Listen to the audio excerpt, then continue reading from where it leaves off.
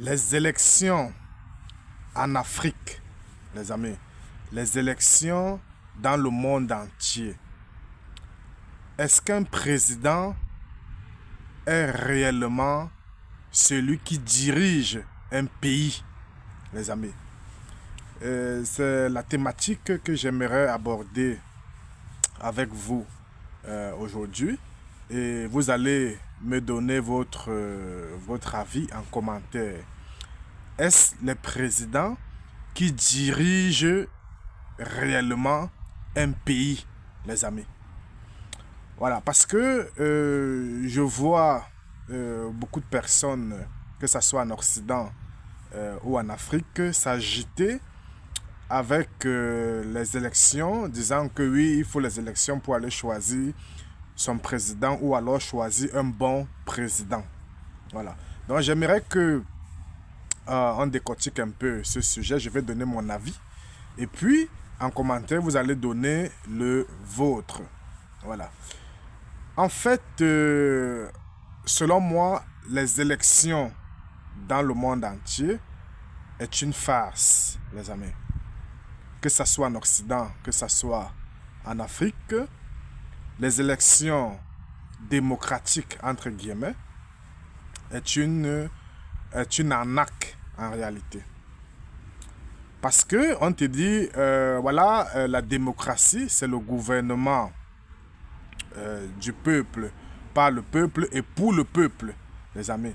Donc on te dit que c'est le peuple qui choisit son dirigeant, que c'est le peuple qui élit un dirigeant. Voilà. Mais dans la réalité des faits, vous voyez que on présente au peuple un dirigeant ou bien des candidats qu'il n'a pas choisi en réalité. On lui demande de choisir parmi ces candidats-là.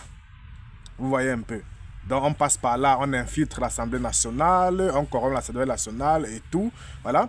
On vous présente des gens, de choisir parmi ces gens-là que vous n'avez pas choisi au préalable. Et quand vous allez voter ces personnes-là, entre guillemets, vous allez dire que vous avez choisi, vous avez exprimé votre choix par le vote et tout. Pourtant, vous vous êtes fait arnaquer déjà dès la base.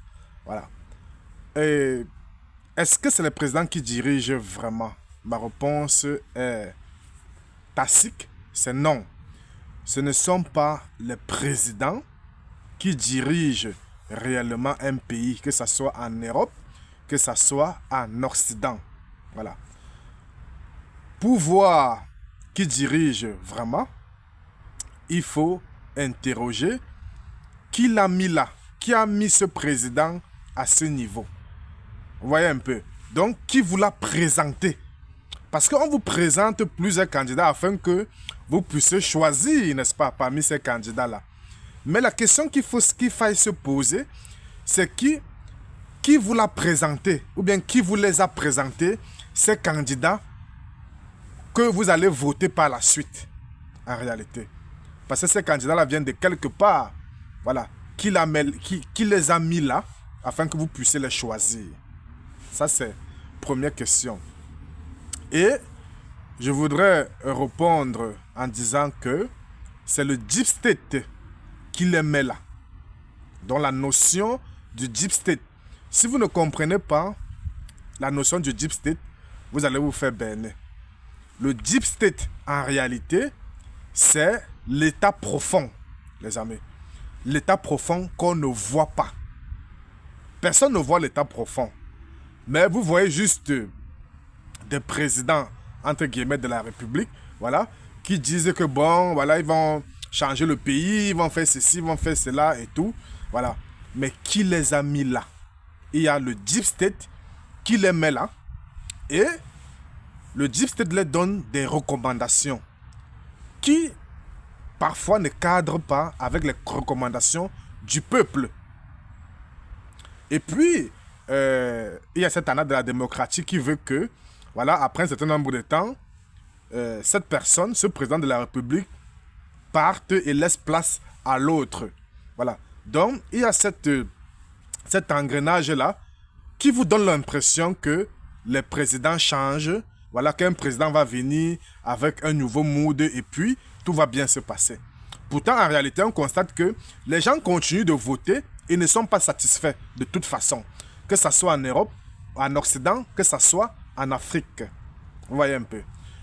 Parce que les candidats, quand ils sont dans l'opposition, qui ne sont pas encore présidents, ils ont des belles paroles. On va faire ceci, on va faire cela, on va changer tout. Mais dès qu'ils arrivent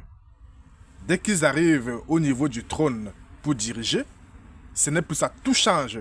Alors, il faut se poser la question, mais pourquoi quand ils sont à l'opposition, quand ils ne sont pas encore présidents, ils ont des belles paroles, ils peuvent tout changer, mais quand ils sont déjà portés au trône, pourquoi tout change? Ça veut dire qu'il y a quelqu'un caché dans l'ombre, tapis dans l'ombre, qui dirige et qui donne la voie directive, qui dit ce qu'on doit faire en réalité. Et le peuple ne voit pas. Le peuple ne voit que du feu. On appelle ça de l'enfumage en réalité. Et chaque pays a son deep state. Les États-Unis ont leur deep state. Ça s'appelle les Rockefeller, les Rothschild, les Soros, et j'en passe. Ce sont eux que vous ne voyez pas. Si je vous demande que, mais vous avez déjà vu l'enfant d'un Soros, là, vous n'allez pas connaître.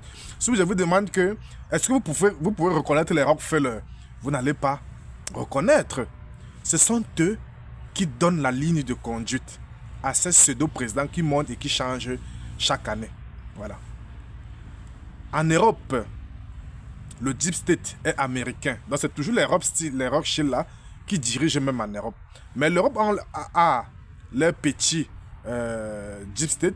En France, par exemple, on a les industriels, voilà, qui font partie du deep state français. On a aussi des loges occidentales dans la franc-maçonnerie, et en passe, qui constituent ce qu'on appelle le deep state et qui décide, qui dit au président ce qu'il doit faire. Donc, quand un président est élu, il faut plutôt aller voir à quel deep state il appartient pour voir s'il va bien faire ou non, les amis. Voilà. En Italie, on a vu beaucoup de passages. Actuellement, c'est Meloni avec Salvini qui est ministre des Transports, qui fait des élucubrations. Voilà, Meloni qui est montée, elle a dit qu'elle va interdire, elle va arrêter l'immigration avec son ami Salvini. Rien, l'immigration, on constate que l'immigration est d'autant plus forte que par le passé. Vous voyez? Et ils n'ont pas réussi à limiter l'immigration. En Allemagne, pareil, le deep state est américain. Olaf Scholz a dit que voilà, on va détruire la Russie, voilà, et tout ça là. Mais rien n'y fait. Olaf Scholz a échoué. Vous voyez un peu. Donc ça veut dire que il est dirigé par un deep state qui est américain. Maintenant, en Afrique, au niveau des présidents africains, voilà, ils roulent pour qui? Parce qu'il faut, avant de choisir un président africain, il faut toujours se demander pour qui est-ce qu'il roule. Voilà. Au Ghana, on a un nouveau président là. Voilà. Et les Ghanéens sont fiers. Oui, on a changé Kufuor, Ado Kufuor et tout. Voilà. Mais pour qui est-ce que roule ce nouveau président ghanéen? C'est la question qu'il faut répondre. Voilà. Pour pouvoir déterminer la suite. Pour pouvoir comprendre s'il va bien diriger ou non. Les amis. La réponse, c'est que il appartient au deep state américain. Parce que les États africains n'ont pas de deep state en réalité. N'ont pas de deep state propre à eux. Leur deep state est américain ou français ou anglais. Vous voyez un peu. La Chine a son deep state qui est le parti communiste. Les amis, c'est le parti communiste qui dicte l'idéologie, la ligne de conduite de la Chine, le cahier des charges. Mais dans les pays africains, la ligne de conduite est dictée par les Américains, les Français et les Anglais. En Russie, la Russie a son deep state, voilà, qui a été mise en place au temps de Staline et Lénine, voilà, qui est le communisme. Et Poutine suit la ligne de conduite implémentée par le deep state, par ses prédécesseurs. Vous voyez un peu. Donc, c'est ça, en fait, le deep state. Mais en Afrique, on n'a pas de deep state. Vous comprenez un peu. Donc, le deep state est important. Et le deep state est constitué des hommes d'affaires, voilà, des industriels qui décident, parce que on doit mettre un président qui va continuer à décider les lois, à tailler les lois, je veux dire, à la mesure des industriels. Mais dans nos pays africains, vous voyez les présidents voyagent là, ils ne vont même pas avec les industriels, avec les hommes d'affaires, parce qu'en réalité, il n'y a pas de vrais hommes d'affaires en Afrique, les amis. Ce sont que des commerçants. Donc, ils ne sont pas très intéressants pour les présidents parce que les présidents sont dictés depuis l'Occident. Donc, avant de choisir un président, il faut d'abord se demander pour qui il roule, pour savoir s'il va bien digérer, s'il va bien diriger ou pas un pays. L'AES aujourd'hui a changé de deep state. L'AES, les présidents de l'AES ont changé de deep state et ont choisi le deep state russo-chinois. Vous voyez un peu. Et ça semble aller bien pour eux. Mais dans les autres pays où on n'a pas choisi le deep state russo-chinois, voilà, ça semble aller mal.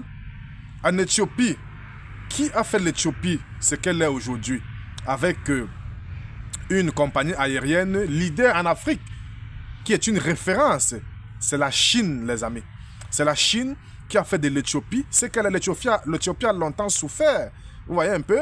Nous, quand on était petits, on disait, ah, les Éthiopiens là, voilà, ils ont faim et tout, c'est les va-nu-pieds, ils ne valent rien. Mais aujourd'hui, l'Éthiopie est leader dans le monde, dans l'aviation, les amis, et dans beaucoup d'autres domaines. Parce que elles se sont accrochées au deep state russe-Chine. Voilà. Qui sont des deep states de la libération contre l'impérialisme. Alors que les autres présidents ont choisi le deep state occidental, qui sont des deep states de l'impérialisme. Ils n'auront rien, les amis, en retour. Voilà. Donc, avant d'élire un président, il faut d'abord se rassurer pour qui il roule celui-là. Voilà, pour savoir s'il va bien diriger ou pas. C'est ce que j'avais à dire. Si vous avez ajouté, si vous voulez ajouter quelque chose par rapport à ce que j'ai dit, les commentaires sont là. Vous pouvez donner votre avis par rapport au deep state, les amis. Portez-vous bien.